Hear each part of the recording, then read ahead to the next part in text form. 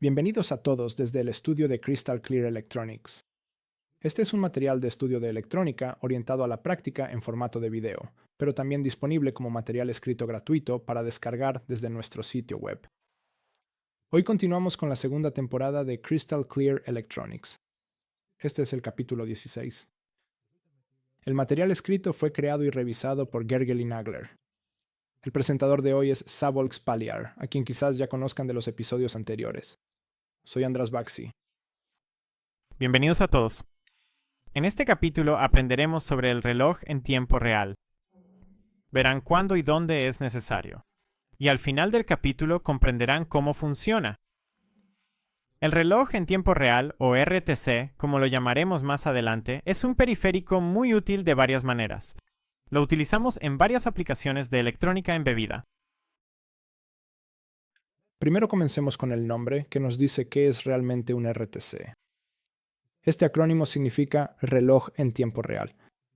Se llama reloj en tiempo real porque mide el tiempo en forma humana, así que un RTC no es más que un dispositivo electrónico para medir el tiempo en el sentido cotidiano, que en la mayoría de los casos se complementa con una función de calendario y la posibilidad de conectar una fuente de alimentación de respaldo, lo cual es una adición útil si su sistema no está siempre encendido o si espera que la energía se interrumpa de vez en cuando. En términos generales, un RTC puede medir el tiempo con precisión durante un periodo prolongado. En cambio, los temporizadores convencionales son más imprecisos y se pueden utilizar para medir intervalos más cortos. Y ahora es momento de sentarnos y ver estos temas con mayor detalle. Veamos.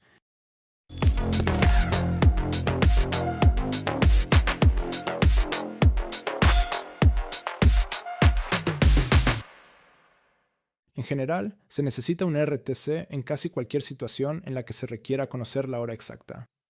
Veamos algunos ejemplos concretos, el primero de los cuales es la medición del tiempo. En los casos más evidentes, pensamos en aquellos donde vemos algún tipo de hora precisa en la interfaz de usuario de nuestros sistemas. Por ejemplo, PC, smartphone, smartwatch, despertador digital, electrodomésticos como el microondas o el horno, televisor, decodificador, etc. La lista podría continuar indefinidamente. Sin embargo, también puede haber casos en los que la hora solo se utilice como información adicional a la funcionalidad principal. En estos casos también, la presencia del RTC es esencial. El ejemplo más llamativo es el funcionamiento de un sistema de archivos, donde se almacena la hora de creación, modificación e incluso de acceso de los archivos. Otro uso típico es el registro de eventos, logging, donde es casi obligatorio guardar la hora exacta del evento para cada entrada. El RTC también puede utilizarse para cronometrar la lectura de valores en las entradas y la escritura en las salidas. Esta también es una forma común de utilizar el reloj en tiempo real. Sí, podemos elegir temporizaciones periódicas, únicas o múltiples, dependiendo de la tarea. Y hay muchos ejemplos. Solo hay que pensar en el hecho de que la mayoría de los electrodomésticos tienen funciones de temporizador, desde lavadoras hasta hornos, o incluso televisores. El ejemplo más obvio es el despertador, donde puedes configurar varias alarmas e incluso personalizar la duración de la función de repetición, snooze. O toma el ejemplo de las computadoras personales, donde puedes configurar el RTC de tu PC en la BIOS para que puedas encender o despertar tu computadora a una hora específica. La temporización también es importante en los equipos de medición. Solo imagina una estación de monitoreo de calidad del aire que tiene la tarea de medir y transmitir datos cada 10 minutos. Dicho esto, hablemos un poco sobre las diferentes formas que puede tomar el RTC en cada sistema. Por ejemplo, en un microcontrolador antiguo no existía una unidad de hardware dedicada a la tarea del RTC. Así que, en uno de mis proyectos anteriores, encontré que la mejor solución era añadir un circuito integrado RTC que se comunicara con el microcontrolador a través del bus I2C. Un ejemplo de esto es el circuito integrado DS-1307 mencionado en el currículo británico. En este caso, el circuito integrado se encargaba de la temporización precisa y yo podía obtener la información que necesitaba a través del I2C. Sí, y también el material escrito menciona otra oportunidad para resolver la tarea por software, sin una unidad de hardware dedicada, con una precisión más o menos aceptable. Somos bastante conscientes de que los microcontroladores modernos son básicamente computadoras en miniatura que ofrecen soluciones integradas para la mayoría de las tareas. Esto no es diferente para el STM32F446C en la placa núcleo, o F446 para abreviar. La unidad RTC se encuentra dentro del microcontrolador, lo que significa que puedes simplemente usarla, solo con una cantidad mínima de componentes adicionales conectados al microcontrolador. A continuación, se discutirá en detalle la introducción y el uso de esta unidad. Pongamos en funcionamiento el periférico RTC del F446, para lo cual necesitamos decidir dos cosas de antemano. La primera es la elección de la señal de reloj, porque el RTC necesita una señal de reloj básica, lo cual es comprensible, ya que el RTC es una especie de módulo temporizador, que puede ser alimentado por un oscilador de cristal de cuarzo externo o por una fuente interna. En la placa de desarrollo se ha incorporado el primer tipo, un oscilador de cristal de cuarzo externo. La otra cuestión a decidir es el uso de la fuente de alimentación de respaldo, que es una característica opcional, pero que vale la pena utilizar. La placa utilizada en el material escrito contiene este elemento adicional, pero en el caso de la núcleo, el usuario debe incorporarlo adicionalmente a la placa. Una fuente de alimentación de respaldo puede ser muy útil para un reloj. Permite mantener el RTC activo si la fuente de alimentación principal del circuito integrado falla, de modo que tu sistema no pierda la hora. El controlador que estamos utilizando tiene un pin de entrada etiquetado como VAT, al cual se debe conectar una fuente de alimentación de entre 1.65 voltios y 3.6 voltios. Hay varias opciones para elegir, como una batería, un acumulador o un condensador pueden cumplir esta función. Veamos cada una de estas opciones. Muy a menudo encontramos pilas de botón no recargables a base de litio, incluidas las baterías marcadas con CR y BR, como fuente de energía de respaldo debido a su alta densidad energética y baja autodescarga. Las baterías también pueden usarse como fuente de energía de respaldo en varios diseños diferentes. Las más comunes son las baterías de litio del tamaño de una pila de botón marcadas con ml y las baterías de níquel-cadmio o de hidruro metálico de níquel ensambladas a partir de varias celdas en serie. Para estas baterías pequeñas, también es necesario utilizar un circuito de carga, lo que a su vez incrementa el costo. Una desventaja puede ser el número limitado de ciclos de carga, lo que significa que debes prestar atención al envejecimiento de la batería, especialmente si tienes que esperar cortes de energía frecuentes. Su uso puede ser ventajoso si deseas suministrar energía a otros elementos del circuito además del RTC, porque en este caso puedes beneficiarte de la capacidad adicional que las baterías pueden proporcionar más fácilmente, incluso durante intervalos de tiempo más largos. Finalmente, también podemos utilizar un condensador que no requiere mantenimiento, pero necesita un circuito de carga relativamente sencillo. En comparación con las baterías y acumuladores, solo podemos manejar cortes de energía de una duración mucho más limitada, pero a cambio son fáciles de instalar y existen menos regulaciones sobre el transporte y la eliminación de los productos químicos que contienen.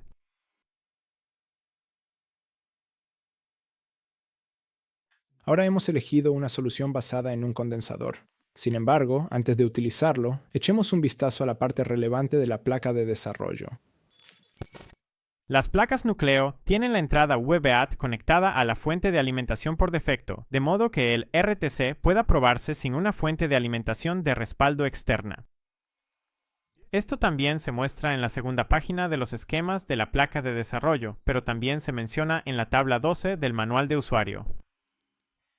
Para poder conectar nuestra fuente de alimentación de respaldo, que es el condensador, primero debe desconectarse esta conexión. Afortunadamente, el fabricante también ha pensado en esto. Han logrado implementar la desconexión con una resistencia de 0 ohmios, que está marcada como SB156. La abreviatura SB proviene de las palabras Solder Bridge, puente de soldadura. Esta resistencia, que se encuentra en la parte inferior de la placa, puede ser retirada de la placa con un poco de destreza manual. Una vez retirada, debemos encargarnos de alimentar la pata VBAT. Echemos un vistazo al cableado del condensador. El BBAT es solo una entrada para el microcontrolador, por lo que no puede cargar el condensador. Por lo tanto, debemos cargarlo desde la línea principal de alimentación. Si simplemente conectáramos la fuente de alimentación principal al condensador, en caso de un corte de energía, el condensador suministraría energía a otros elementos del circuito además del periférico RTC y, en consecuencia, se descargaría muy rápidamente.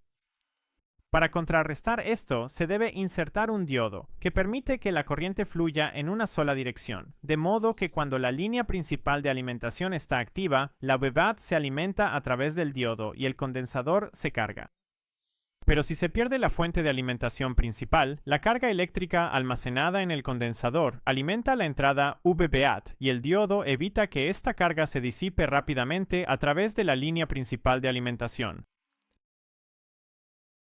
El condensador elegido de 0,22 faradios puede alimentar el reloj durante algunos días. En el diagrama de cableado, el condensador está indicado por la parte enmarcada.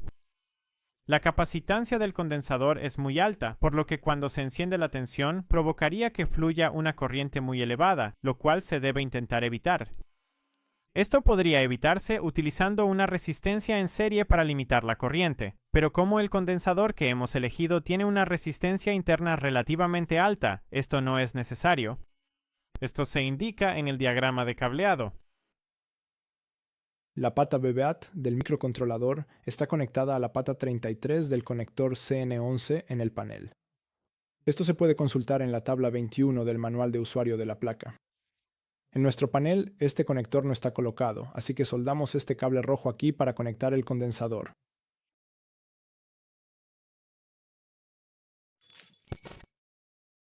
Hay tres formas de proporcionar una señal de reloj al periférico RTC. Es posible utilizar un oscilador RC interno de 32 kHz, que es el LSI interno de baja velocidad, o un oscilador externo de alta velocidad, que es el HSE externo de alta velocidad, o un oscilador externo de baja velocidad, el LSE externo de baja velocidad. La última solución se puede encontrar en la placa de desarrollo, donde la frecuencia del oscilador es de 32.168 kHz, que es 2 elevado a la potencia 15. Esto es importante porque puede usarse para producir una unidad de tiempo muy precisa, un segundo, que el microcontrolador puede obtener dividiendo la frecuencia del oscilador 15 veces por 2 para obtener 1 Hz. Para configurar la señal RTC, se procede de la siguiente manera. En la configuración del reloj, tienes la opción de seleccionar la fuente de la señal de reloj del RTC. Como ya se mencionó, ahora seleccionaremos la entrada de reloj LSE, ya que el oscilador en la placa proporcionará la señal de reloj al RTC. Ahora echemos un vistazo a los esquemas de la placa de desarrollo. El oscilador debe estar conectado a las patas 8, entrada, y 9, salida, del microcontrolador. Al mismo tiempo, estas también son las patas 14 y 15 del puerto C, por lo que en el esquema se las denomina como PC14 y PC15. La función de los condensadores C35 y C36 es garantizar la estabilidad de la frecuencia, cuyo valor teórico es proporcionado por el fabricante del oscilador. La precisión depende en gran medida de la calidad de los componentes utilizados. Para los condensadores, es recomendable utilizar condensadores cerámicos de primera clase con la menor dependencia posible de la temperatura, que normalmente se designan como NP0 o C0G. La precisión también es importante para los cristales de cuarzo, los cuales se miden en ppm grados Celsius, donde ppm significa partes por millón. Un ppm por grado Celsius significa que un cambio de temperatura de 1 grado Celsius hará que la frecuencia cambie en una parte por millón en comparación con la temperatura de referencia de 25 grados Celsius. Para obtener más información sobre los cristales y su conexión, consulte el capítulo 5.3.8 de la hoja de datos del microcontrolador y la guía de aplicación AN18667. Con esta pequeña visión damos por terminado este video. Nos despedimos por ahora, pero acompáñanos en la siguiente parte, donde te mostraremos cómo puedes utilizar las diferentes funciones del RTC en tu programa. Nos vemos allí. Adiós.